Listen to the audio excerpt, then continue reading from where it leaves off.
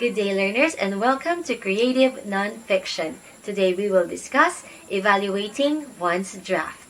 Letting other people review your written piece helps you see the areas of your piece which need to be improved. Considering their perceptions or view regarding the piece enables it to attain clearer, more appropriate, and more effective flow for the possible audience. Critiquing a literary output goes within and beyond the details, its applicability, content, and substance, knowing that every literary piece must be beautiful and with moral lesson. In this lesson, you are expected to evaluate one's draft considering the clarity of idea, appropriateness of choice of literary element, appropriate use of the element, and effective combination of the idea and the chosen literary element.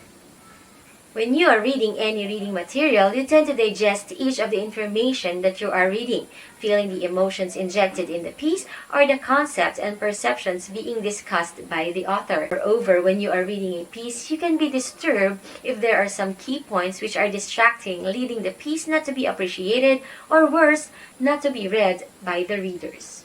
In evaluating a piece, one thing for sure is the outer surface of the piece will be checked first, like the mechanics of the piece. Mechanics refers to the rules of the written language such as capitalization, punctuation, and spelling.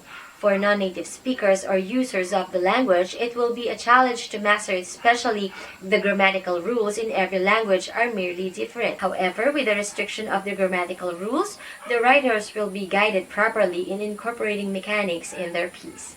Here are some of the considered areas or aspects that should be evaluated for the improvement of the piece. Clarity of the idea presented. When you start evaluating the piece, clarity of the idea shall be considered first. It is hard for readers if ideas are not clearly presented. There should be no vague ideas to prevent dissatisfaction among readers. Focusing on content, organization of ideas shall be things to be weighed in determining the ideas. Consistency of these is merely important to avoid confusion. Readers want messages that clearly and quickly convey important content, ensuring that all of these are accurate, relevant, and complete for the audience. Were the information accurate and based on facts? Were the ideas presented arranged in chronological order considering the type of nonfiction used? Were the ideas used make the readers understand the flow of the piece? Were the ideas presented consistent in providing the purpose of the piece? Appropriate choice of literary elements. In evaluating a piece, considering the appropriateness of the literary elements used in a piece is a must. You cannot provide evaluation on the literary elements' appropriateness if you don't have the background information about the elements. It is easy to say and appreciate a literary piece as a good piece, but saying if the literary elements are appropriate is a different thing. Mastery is needed. You have learned in the previous lessons and subjects on literature about the different literary elements. This will serve as your foundation to do the evaluation in this aspect.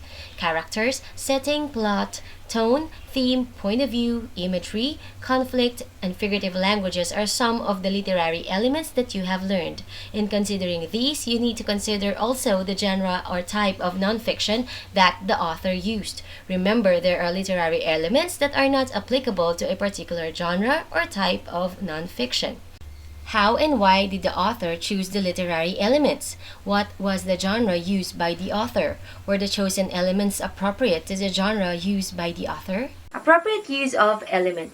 Considering the literary elements and device independently like structure or plot, imagery, perspective, setting, subject, etc. In general, it is frequently insightful to consolidate these components in an explanatory exposition. You may likewise expound on character as long as you are joining it with an examination of at least one of the above components. In this manner, you can decide to concentrate on one of those components, or you can compose an exposition which thinks about at least two of these components. How was the structure of the elements used in the text? How did the literary elements affect the emotions of the readers? How did the author use imageries and symbolism? Why does the narrator choose a certain language, report details that he or she does, reveal the characters in the manner that he or she does, offer or not offer interpretative comments, or tell the story in a certain order? Why is the work set during a certain era, season, or time of day?